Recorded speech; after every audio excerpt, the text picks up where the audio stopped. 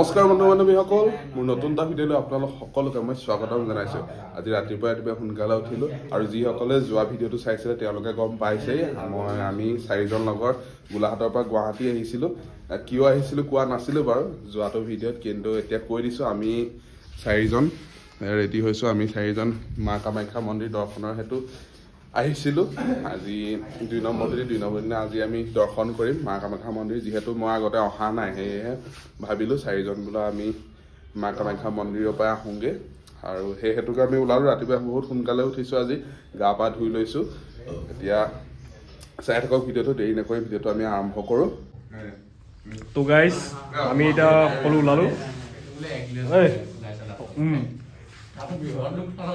আমি ওলালো এতিয়া গা চা ধুই।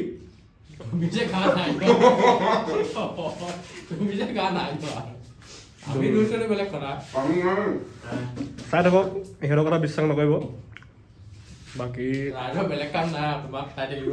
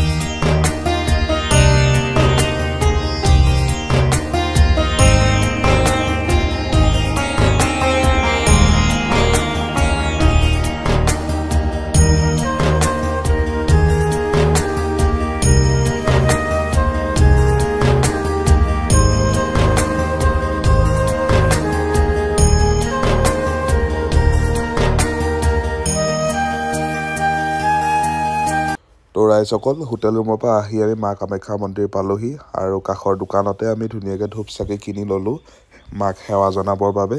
এতিয়া আহকচোন ভিতৰলৈ যাওঁ। ৰাইজসকল দেখিছেনে বাৰু, আজি মা কামাখ্যা মন্দিৰৰ বাহিৰৰ পৰিৱেশটো আন কেইদিনতকৈ কিছু সাল সলনি হৈছে। যিহেতু গুৱাহাটীত এডভান্টেজ অসম আছিল, সেয়েহে অসম চৰকাৰে বাহিৰৰ প্ৰতিষ্ঠিত ব্যৱসায়ীসকলক অসমলৈ নিমন্ত্ৰণ জনাইছিল, আৰু সেই হেতুকে মন্দিৰৰ পৰিৱেশটো আজি ধুনীয়াকৈ সজাই পৰাই তোলা হৈছে। যিহেতু তেওঁলোক অলপ পিছতে আহিব মন্দিৰভাগ দৰ্শন কৰিব। এতিয়া আহকচোন ভিতৰ আৰু পৰিৱেশটো আপোনালোকক আমি দেখাওঁ।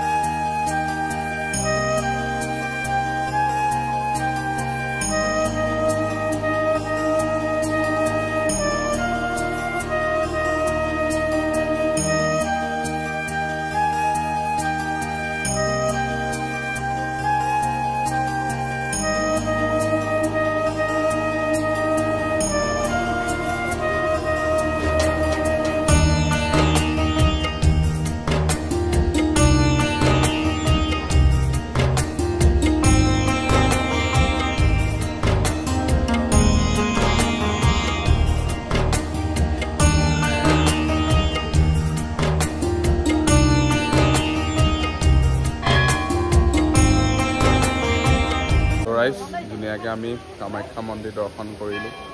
কেনেকুৱা লাগিলে? ভাল লাগিলে দেই, বহুত ভাল লাগিলে। মনৰ কামনা পূৰ্ণ হওক আৰু পূৰ্ণ হওক তাকে আমি আশা কৰিছোঁ। আশা কৰিছে তাকে আৰু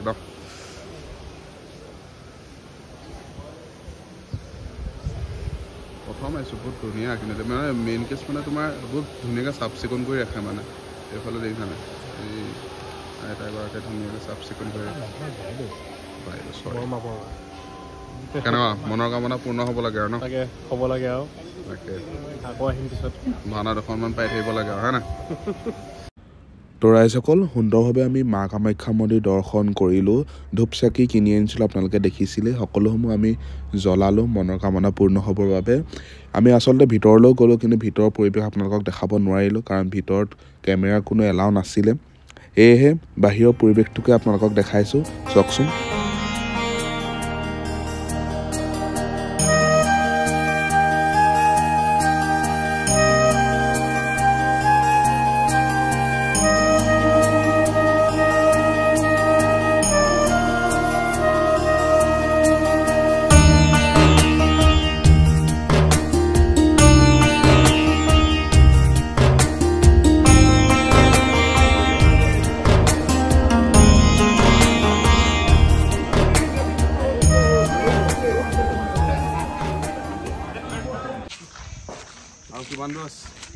আৰু বেছি দূৰ নাই মাত্ৰ আৰু 1 কিলোমিটাৰ গ'লে পামগৈ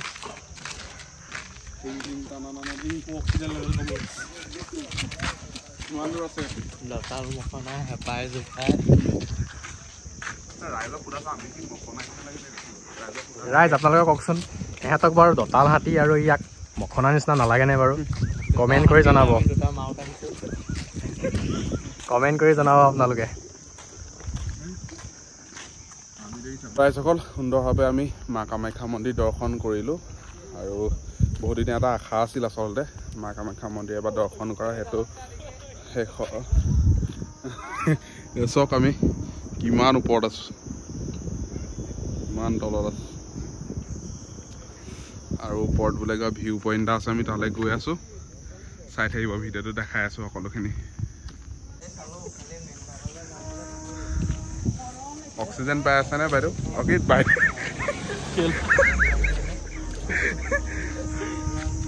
ট্ৰেইন নেকি এইখন আপোনালোকক দেখাইছোঁ দেই বস্তু এটা জুম কৰি দলং এখন বনাইছে ব্ৰহ্মপুত্ৰৰ ওপৰত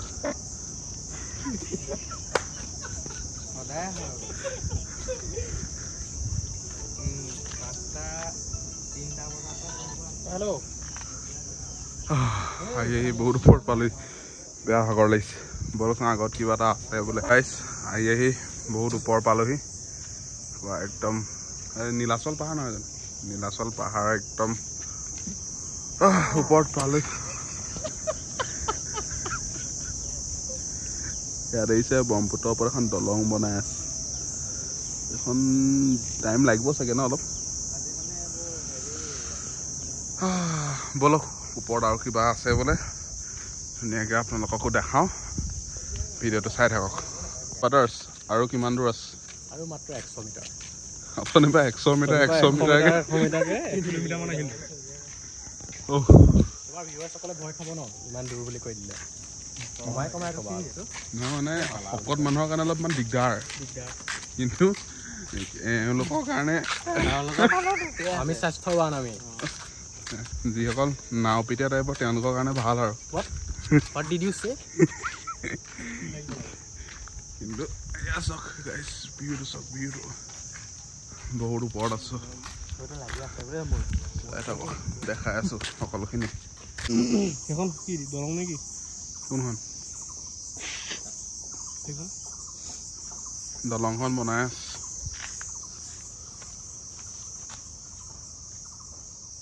এভাগ মন্দিৰ এভাগ মন্দিৰ ভাগৰ নামটো কি ভুৱনেশ্বৰী মন্দিৰ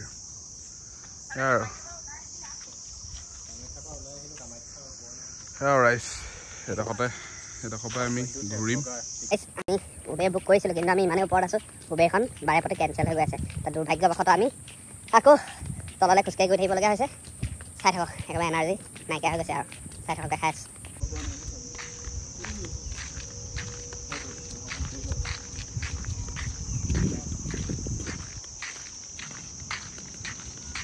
ফাইনেলি উবেৰ পালোঁ আৰু চাই থাকক